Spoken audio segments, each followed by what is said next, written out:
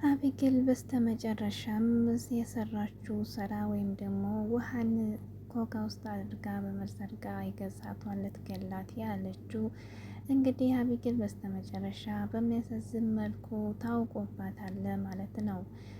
ማርታና ደረጀ እንግዲህ አባትና እናት ምርመራ አድርገውባት ሀቁን አውጥታለች። ካሜራ አድርገው እቤት ውስጥ እየተቆጣጠሯቸው ነበርና ግን ካሜራ ከማየታችን በፊት ተናገሩ ብለው አሰበሰቧቸው።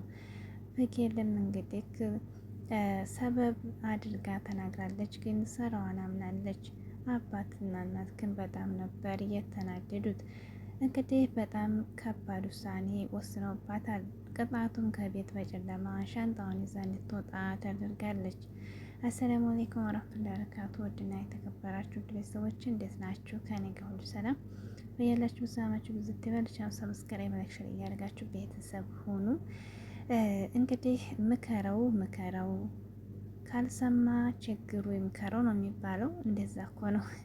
እና አንዳንድ ጊዜ ሰዎች ይመከራሉ ግን ተመመከርም ደግሞ ይገረፋሉ አጥፍተውና። የአቢጌል ደግሞ በጣም የጠና ነው።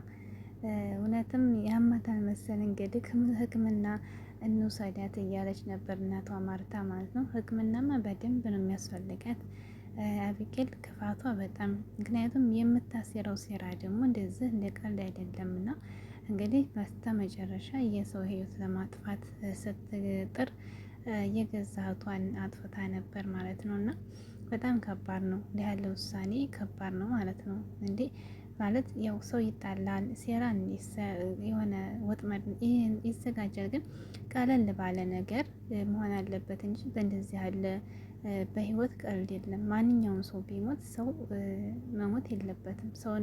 ሰውን የሚገል ነገር አይደለም፣ እንስሳን የሚገል ነገር በቃ ሞትን የሚያመጣ ነገር መቀለድ የለባትም። እና እንግዲህ እሱ ያደረገችው መርዝን ጠጥታ እንድትሞት ያደረገችው እንግዲህ ዳታ ነበር ወይም ደግሞ እንግዲህ በዳታ ሀሳባ ከቤት ታስወጣ ነበር ማለት ነው። እና እንዲህ ያለ ነገር ቀልድ የለም።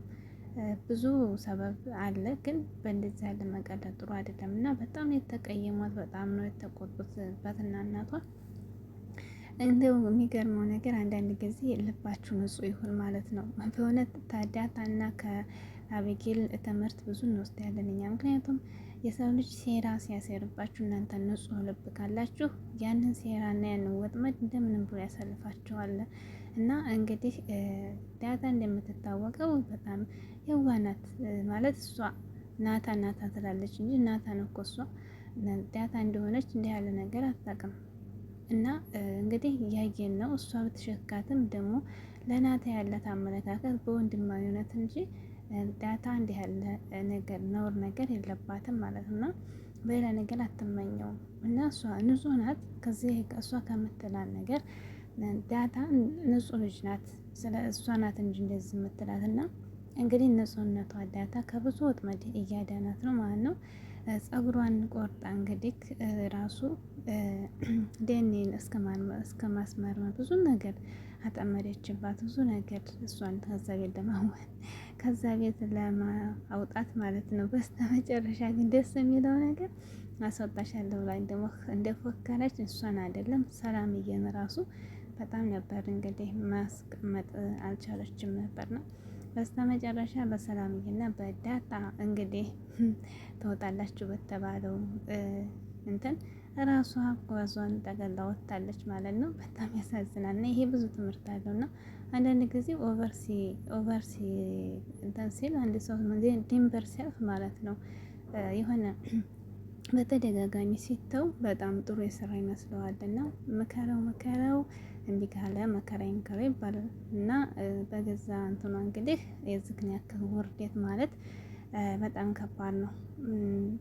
እንግዲህ ደረጀ በጨለማ ወደ ውጭ አውጥቷታል ማለት ነው። ግን አንዳንድ ጊዜ ክፉም እየተሰራባቸው የዋህነታቸው ውሃ ራሱ ብዙ ታሰቃየታ እንዴት መታታለች። እንደዛም ደግሞ አድርጋት ልትወጣ ስትል እያለቀሰች ነበርና እንዲሁም ዳጣ ደግሞ ለእሷ እንደዚህ እያረገችባት እሷን ለማስወጣት እየጣረች እሷ ግን ልከተላት ብላ ነበር። ግን ደረጀ ማንም እንዲከተት አልፈቀደም ማለት ነው። እንግዲህ ውጭ ላይ ደግሞ በጣም ሌሊት ነው እና በጣም አስቸጋሪ ነው። እንድትፈራና እንድትቀጣ ነው እንደዚህ ያደረጉት። ትክክለኛ ቅጣቷ ነው መሆን አለበት። ምክንያቱም ተመክራ እምቢ ብላለች በሰው ህይወት ስለመጣች ማለት ነው። እና